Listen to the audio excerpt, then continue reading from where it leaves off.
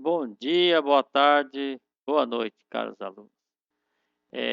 Dando sequência da aula anterior, né, de SQL, que é a linguagem de programação para banco de dados, vamos ver agora algumas coisas interessantes de funcionamento do banco de dados, né? O que é umas peculiaridades, o que ele faz, o que ele controla, né? Tá? Controle de acesso, né? Protege os dados de manipulações não autorizadas. Então, quer dizer que é, é restringido, né? Dá para fazer restrições a acesso de dados, né? Então, algo que você não deseja que manipule, né? E dá para colocar aí um bloqueio nisso aí, tá? Então, é possível fazer isso, né? Integridade dos dados. Auxilia no processo de definição da integridade dos dados, protegendo contra corrupções e inconsistências geradas por falha do sistema de computação ou por erro nos programas de aplicação. Pessoal, lembra lá no começo, quando a gente começou a falar sobre banco de dados, né? Sobre parte de integridade. Então, o que acontece? O banco de dados, o SGDB, ele tem algumas peculiaridades da parte de segurança, porque o que acontece? Não, os dados não podem ser alterados nem sumir. Então, ele faz algumas coisas do tipo, ou todo aquele, quando você manda inserir, manda alterar algo, ou tudo vai do começo e chega até o final, ou se ou não. Então é tudo ou nada. Então quer dizer que se você faz uma inserção de dados, esse dados não foi, em algum momento esse dado deu algum problema, né? Por problema no sistema, queda de energia, alguma coisa aconteceu. Se ele não concluir, ele volta para trás. Então é tudo para não dar problema de corromper dados. Então ele tem esse sistema de proteção, ou é tudo concluído ou nada é feito, tá? Ok? Então, lembra da parte de integridade, né? Vantagem e desvantagem da linguagem SQL. Poder apontar segundo as vantagens no uso da linguagem SQL, né? Independência de fabricante. A linguagem SQL é adotada por praticamente todos os SGDBs relacionais existentes no mercado, além de ser uma linguagem padronizada, né? Por isso, pelo menos em tese, posso mudar de SGDB sem preocupar com alterar os programas de aplicação.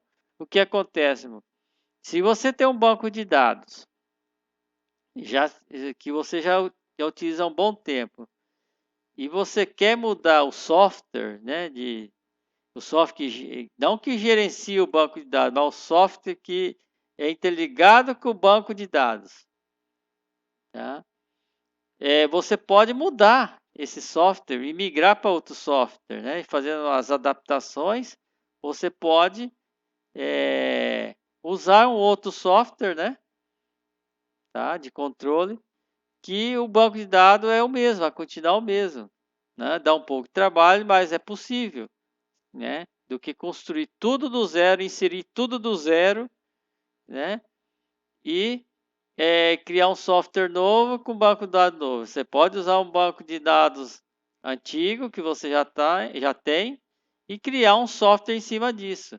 É menos trabalhoso porque a parte de banco de dados é, geralmente é complexa porque quando você já tem dados inseridos, né, você recadastrar tudo isso, né, é um absurdo, é absurdamente, como fala, complexo, né, e trabalhoso. Então é melhor vocês ter um banco de dados e construir um software em cima do banco de dados do que construir tudo do zero, tá? Portabilidade de plataforma de hardware e software, né? Pode ser utilizado tanto em máquinas Intel rodando Windows, passando por Workstation, RISC rodando Unix, até mainframe rodando sistemas operacionais proprietários. Então, ele é muito dinâmico, Não importa a plataforma que você está usando, não importa o SO que você está usando, o, o, o banco de dados feito em SQL, ele é portável, ele, né, tem essa parte de portabilidade, você pode se utilizar em qualquer sistema, ok? Redução de custo com treinamento. Com base no item anterior, as aplicações podem se movimentar de um ambiente para o outro sem que seja necessária a reciclagem da equipe de desenvolvimento. Então, facilita até isso, porque quando você já está interagindo com aquele banco, né, você fica mais fácil porque você não precisa fazer uma reciclagem, um, re, é, treinar novamente, né, os desenvolvedores. Usar inglês estruturado de alto nível. O SQL é formado por um conjunto bem simples de sentenças em inglês, oferecendo rápido e fácil entendimento. Pessoal, realmente é verdade, ele é puramente inglês. Se você domina, por menos um pouco de inglês, você vai ver que é muito transparente o inglês que é usado nessa linguagem. Tá? Então você vai lá, create table, é criar tabela, né? Tradução literal, né? Crie tabela, muito simples, então é fácil de entender do que está dizendo. Lógico que tem que ter uma base aí, todo mundo tem que ter uma base de inglês, né? Então por isso que serve aquelas aulas de inglês lá do começo, né? Permite consultas interativas, permite ao usuário acesso fácil e rápido aos dados, a partir de um front-end que permita a edição e submissão de comandos SQL. Tá? Então, é muito interativo, muito fácil de se usar a linguagem SQL. Tá? Então, ele é front-end, ele permite a edição e inserção de comandos SQL. Múltiplas visões dos dados. Permite ao criador do banco de dados levar diferentes visões dos dados aos diferentes usuários. Né? Então, como fala, você cria o banco de dados, né? E de uma forma que você faz uma diferença aí para o usuário, né? Então, que o usuário se torne, como fala, se torne mais, como se pode se dizer, né? O usuário acaba se visualizando aquele banco de dados, né? De uma forma mais fácil. Ele começa a interagir de uma forma mais fácil, tá? Definição dinâmica dos dados. Através da linguagem SQL, pode-se alterar, expandir ou incluir dinamicamente as estruturas dos dados armazenados com máxima flexibilidade, né? Então, é muito fácil você fazer uma pequena alteração, né? Modificar alguma coisa ali no banco de dados.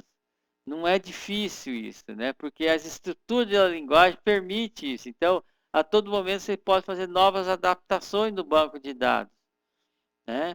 Porque às vezes o cliente precisa, precisa implementar isso, precisa que a consulta apareça isso ou aquilo, e você consegue fazer isso de uma forma mais fácil, né? Tabela dos exemplos. As tabelas a seguir serão usadas no exemplo que você segue. Então, quer dizer que isso aqui é um pequeno exemplo de como a gente vai criar um banco de dados, né? Então, a gente tem que ter uma pequena noção, pessoal, como a gente vai criar. Por quê? Porque se a gente não tiver uma noção, a gente cria e depois, mais para frente, a gente vai ter um pouquinho de dificuldade para identificar, né? De onde saiu esse atributo? De que atributo que é? Então, a gente tem que identificar, né? Por exemplo, aqui do cliente, código CLI, né? Código underline CLI. Isso quer dizer que esse CLI é de cliente, então é fácil identificar. Esse atributo pertence ao cliente. Nome CLI e assim por diante, né? Então, é muito importante você acabar identificando. Você tem que colocar algo que é específico desse atributo. Esse atributo tem que estar bem visível, falar, esse atributo é de tal tabela, pertence a tal tabela. Se você não fazer isso, na hora da programação, na hora que você tem que interagir, o banco de dados tem que interagir lá com o sistema, na hora de programar, você vai ter uma grande dificuldade. Então, é bom vocês identificar cada atributo que você vai criar, tá? Beleza? Vamos lá. Criação e destruição de tabela, né? O comando que é create table é usado para criar uma tabela. A sua forma geral é create table, coloca o nome da tabela, por exemplo, cliente, descrição das colunas e descrição da chave, né? A parênteses, coloca lá, código CLI, código underline CLI, né? Tipo, tem que colocar o tipo, né? E do que se ele é chave primária ou não, né? Então, assim, existe uma estrutura, onde nome da tabela deve ser substituído pelo nome a ser criado, descrição das colunas deve ser substituída pela relação das colunas da tabela e seus respectivos tipos de dados. Por exemplo, smalling, char, varchar, integer, number, float. Então, quando você cria um atributo, você tem que definir o tipo de dados que você quer. No caso do código CLI, tem que ser integer, porque vai ser só inserido números. Se você declarar como varchar, vai ser possível colocar até letras, né? Então, tem que especificar para que o usuário não faça besteira. É um tipo de travamento, para que o usuário não faça isso, né? Tá? Descrição da chave deve ser substituída pela lista das colunas que são tratadas como chave traseira. Então, sempre numa tabela existe a chave estrangeira, né? Então, quando tem várias tabelas em que as tabelas se interagem, como tabela cliente e tabela cidade, elas se interagem. Então, dentro da tabela cidade vai ter a chave estrangeira, que vai ser a tabela cliente. Então, vai ter lá, tá? Então, são coisas de ligações entre a tabela. Então, SQL é muito dinâmica. Então, é assim a forma que você vai falar que tabela tal está interligada com tal, tá? Algumas colunas podem receber o valor nulo. E a coluna definida como chave primária, além de não poder receber null, deve ser uma coluna única, né? Sem repetições, isso é chave primária. Então, o que é o null? Null é nulo. Quando você vai declarar que tal atributo não pode ficar sem valor nenhum inserido, né? Você tem que declarar que aquele atributo é not null, não pode ser nulo, né? Então, ele tem que receber algum valor, algum dado, tá ok? Por exemplo, se você vai lá, inserir o nome, ele vai criar o nome do cliente do tipo varchar, e lá na frente tem que dizer not null, porque se você não colocar not null, o que vai acontecer? Na hora de fazer o cadastro, o sistema vai permitir que se crie um cliente, cadastre um cliente sem o nome.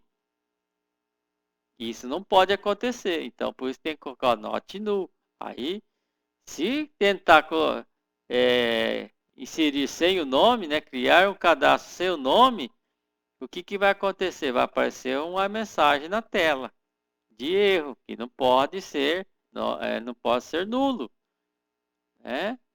Tem que ter algum valor ali dentro, tá? É a parte de chave primária porque cada tabela tem um atributo que identifica, né? Tem um atributo que identifica a tabela dentro de um conjunto de banco de dados, né? Dentro de uma estrutura de banco de dados, tá? É através dessa chave primária que ele vai se interligar com as demais tabelas que vai se comunicar. Então, isso também é declarado lá no começo, tá? Pessoal, é isso aí, vamos pouco a pouco para que vocês não fiquem confusos, tá? Na próxima aula a gente vai ver como é que faz uma estrutura, uma criação de tabela usando a linguagem SQL corretamente, tá? Fiquem atentos, assistam a aula várias vezes se precisar. Façam os exercícios, não deixem de fazer. Se organize teu horário, tá? Não fique achando que tudo é difícil, né? Difícil é para quem não se esforça, para quem se esforça se torna mais fácil. Ok? Valeu, tudo de bom para vocês, até a próxima aula.